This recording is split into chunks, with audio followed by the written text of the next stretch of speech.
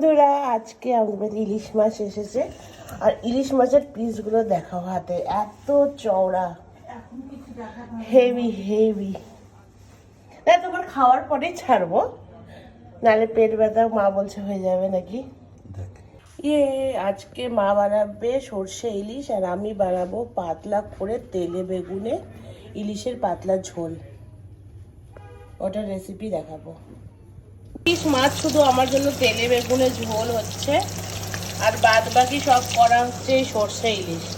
আমার এই তেলে বেগুন ঝোলটা হঠাৎ করে খেতে ইচ্ছা হয়েছে তাই।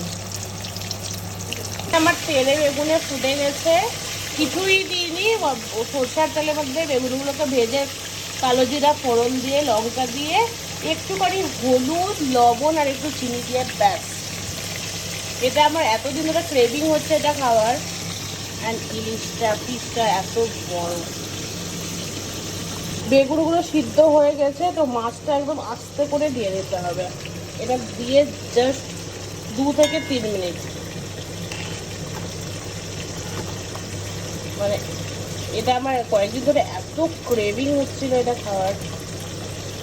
তেলে বেগুনের ঝোল ইলিশ মাছের, এটা মাত্র 1 পিস আমি বানিয়েছি আমার জন্য। ইয়ে,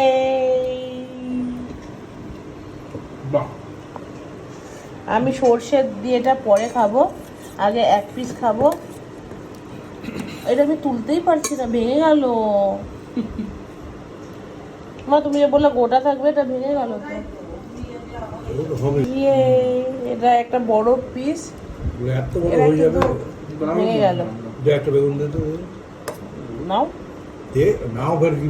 সর্ষে ইলিশ, এটা পরে খাবো। বেগুনের ঝোলটা অনেকদিন ধরে আমার খেতে ইচ্ছা করছিল। পাও কাঁচা লঙ্কা দিয়ে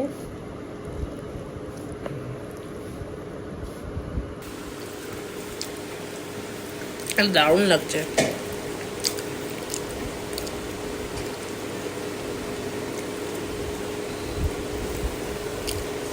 ইলিশ মাছটা দারুণ।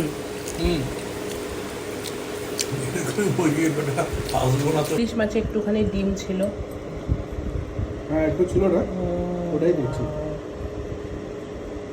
আমার অনেক প্রিয়।